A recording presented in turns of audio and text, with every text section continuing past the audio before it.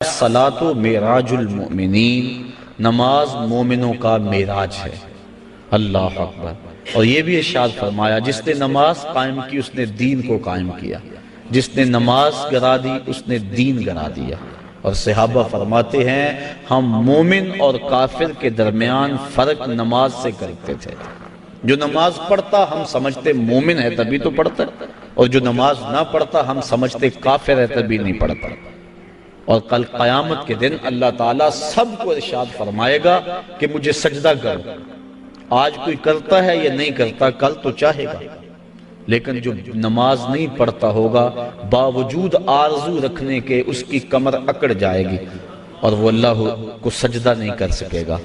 اور پھر جس صف میں دشمنان خدا کھڑے ہوں گے، فرعون، حامان، ابی بن خلف، بے نمازی کو صف میں کھڑا کر دیا جائے گا۔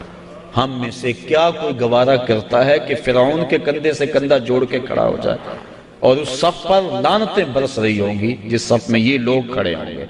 تو اگر ہم اس کو گوارا نہیں کرتے، کبھی بھی ایک مومن گوارا نہیں کرتا کہ دشمنان خدا کے ساتھ کھڑا ہو، تو پھر اگر ہم نماز نہیں پڑھتے تو ہمیں توبہ کر کے پچھلی بھی نمازیں پڑھنی چاہیے، قضا کرنی چاہیے، اور آئندہ ہمیں قصد کر لینا چاہیے کہ آج کے بعد نماز نہیں چھوڑیں گے۔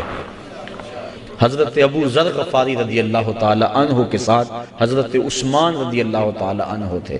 ایک تو حضرت عثمان بن عفان ہیں، یہ اور صحابی ہیں۔ کہتے ہیں کہ ہم اکٹھے جا رہے تھے، راستے کے اندر ایک درخت آیا جس کی ایک شاخ لٹک رہی تھی جس کے اوپر زرد پتے تھے۔ حضرت ابو ذر نے ان کو پکڑ کے شاخ کو زور سے جنبش دی، جتنے بھی پتے تھے زرد وہ گر گئے اور شاخ اریاں ہو گئی۔ میں اس منظر کو دیکھ کے محظوظ ہوتا رہا۔ پھر حضرت ابو ذر غفاری میری جانب متوجہ ہوئے اور کہنے لگے اے عثمان، تو نے پوچھا نہیں کہ میں نے اس شاخ کو یوں پکڑ کے جھٹکا کیوں دیا ہے؟ تو کہتے ہیں میں نے کہا اچھا پھر آپ بتا دیں کہ آپ نے شاخ کو جھٹکا کیوں دیا ہے۔ کہا ایک دن میں حضور کے ساتھ جا رہا تھا، راستے میں ایسا ہی ایک درخت آیا اور اس کی شاخ تھی جس پہ زرد پتے تھے، آقا کریم نے اس کو پکڑ کے جنبش دی، پتے یوں ہی جھڑ گئے۔ میں اس منظر کو دیکھ رہا تھا، آقا کریم نے میری طرف دیکھ کر کہا ابو ذر تو نے پوچھا نہیں میں نے شاخ کو جنبش کیوں دی ہے؟ تو میں نے یوں عرض کی حضور آپ بتا دیں کہ آپ نے کیوں جنبش دی؟ تو کہا اے ابو ذر جس طرح میں نے شاخ کو جنبش دی اور سارے پتے جھڑ گئے، اس طرح جب کوئی بندہ نماز کے لیے کھڑا ہو جاتا ہے سارے گناہ جھڑ جاتے ہیں۔ آقا کریم علیہ السلام نے معراج کی رات جو خاص چیزیں دیکھیں اور امت کو بیان فرمائیں، لِنُرِيَهُ مِنْ آیاتنا، اور معراج کا مقصد تھا محبوب کو بہت کچھ دکھلانا، سب سے بڑی دولت اپنا دیدار اور بہت کچھ۔ جنت دوزخ کا جو ہے حضور نے مشاہدہ کیا تو حضور نے کچھ لوگوں کو دیکھا کہ ان کے سر پتھر کے ساتھ کچلے جا رہے تھے اور پھر اس کے بعد پھر وہ ٹھیک ہو جاتے، پھر دوبارہ ان کو کچلا جاتا۔ تو جبریل امین سے حضور علیہ السلام نے پوچھا کہ یہ کون لوگ ہیں اور ان کے سر کیوں کچلے جا رہے ہیں؟ تو جناب جبریل امین نے عرض کی کہ حضور یہ وہ لوگ ہیں کہ جن کے سر نماز کی وجہ سے بوجھل رہا کرتے تھے اور آج ان کو یہ سزا دی جا رہی ہے۔ تو نماز سے سروں کا بوجھل رہنا یہ اس قدر کبھی امر ہے کہ قیامت کے دن اس کی سخت سزا ہوگی۔ آپ نے علماء سے سینکڑوں بار یہ سنا اول ما یحاسب بہ العبد یوم القیامہ الصلاۃ، قیامت کے دن بندے سے سب سے پہلا سوال نماز کا کیا جائے گا، اور اگر پہلا سوال کا جواب ہی نہ آیا اگلی باتیں تو بعد میں ہیں، اس لیے ہمیں قصد کرنا چاہیے کہ آج کے بعد نماز نہیں چھوڑیں گے۔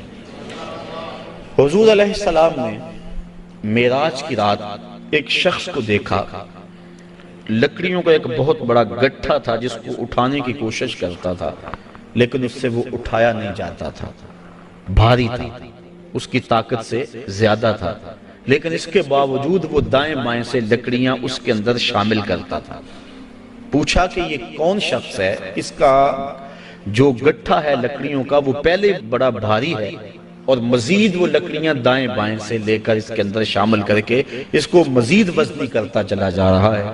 تو عرض کی کہ حضور یہ آپ کی امت کا وہ شخص ہے کہ جس کے پاس لوگوں کی کثرت کے ساتھ امانتیں موجود ہیں، اور وہ ان کو ادا کرنے کی پوزیشن میں نہیں، لیکن اس کے باوجود اور امانتیں پکڑتا چلا جا رہا ہے۔ اور اس بات میں حدیث ہے کہ لوگ میرے پاس پیسے امانتیں جمع کروائیں، تو کل قیامت کے دن اس صورت کے اندر جو ہے وہ اس کی سزا دکھلائی گئی کہ اس گٹھے کو اٹھانے کی کوشش کرتا ہے۔ اور ایک روایت میں آتا ہے کہ کل قیامت کے دن جس شخص نے لوگوں کی امانتیں دینا ہوں گی تو اس کو لوگ پکڑیں گے اور کہیں گے ہماری امانتیں واپس کر۔ وہ کہے گا اب اس وقت تو میرے پاس کچھ نہیں ہے۔ اسے فرمایا جائے گا کہ جو ان لوگوں کی امانتیں تیرے پاس ہیں وہ ایک جگہ رکھی ہوئی ہیں، اگر تو ان کو وہاں سے لا کر کے دے دے تو تیری جان چھوڑ سکتی ہے۔ تو وہ کہے گا کہ کہاں ہیں؟ تو اس کو جہنم کے دروازے پہ لے جایا جائے گا اور پھر کہا جائے گا اس جہنم میں اتر، اس کے پیندے میں امانتیں رکھی ہیں اور وہ نکال کے ان لوگوں کو دے۔ اور حدیث کی روح سے جہنم کی جو گہرائی ہے وہ 70 سال لگتے ہیں اس کی تہہ تک پہنچنے میں۔ آقا کریم تشریف فرما تھے کہ ایک دھماکے کی آواز آئی، پوچھا صحابہ اس آواز کو سنا؟ عرض کی ہاں۔ فرمایا کہ یہ آواز کیسی ہے؟ اللہ و رسولہ عالم۔ عرض کی اللہ اس کا رسول جانتا ہے۔ فرمایا 70 سال قبل جہنم میں ایک پتھر پھینکا تھا، اب وہ پیندے پہ گرا ہے، یہ اس کے گرنے کی آواز ہے۔ تو 70 سال جاتے ہوئے لگتے ہیں اور 70 سال آتے ہوئے لگتے ہیں۔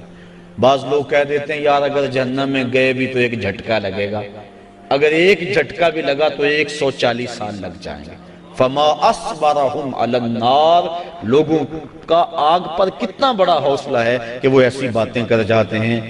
اب اس کو 70 سال جہنم کے پیندے تک اترنے میں لگیں گے، وہاں واقعی امانتیں جو لوگوں کی اس نے پکڑی ہوئی ہوں گی وہ موجود ہوں گی، ان کو پکڑ کے پھر 70 سال تک اوپر آئے گا، اور جب وہ کنارے پہ آ کے باہر نکلنے لگے گا پھر پاؤں پھسل جائے گا، اور پھر 70 سال تک لڑکتا ہوا نیچے چلا جائے گا، پھر 70 سال بعد آئے گا اور جب اس کی دیوار کے آخر تک پہنچے گا لیکن پھر اس کا پاؤں پھسل جائے گا۔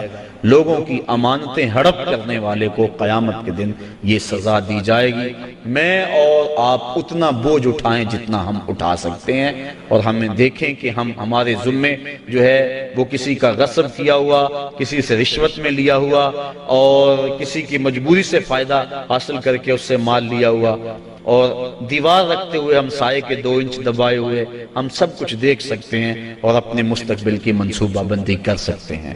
حضور علیہ السلام آگے گئے تو آقا کریم نے دیکھا کہ کچھ عورتیں ہیں کہ جو چھاتیوں کے بل لٹکائی گئی۔ فرمایا کہ یہ کون سی خواتین ہیں؟ تو عرض کی کہ حضور آپ کی امت کی یہ وہ عورتیں ہیں جو زنا کیا کرتی تھیں، اور آج ان کو یہ سزا دی جا رہی ہے۔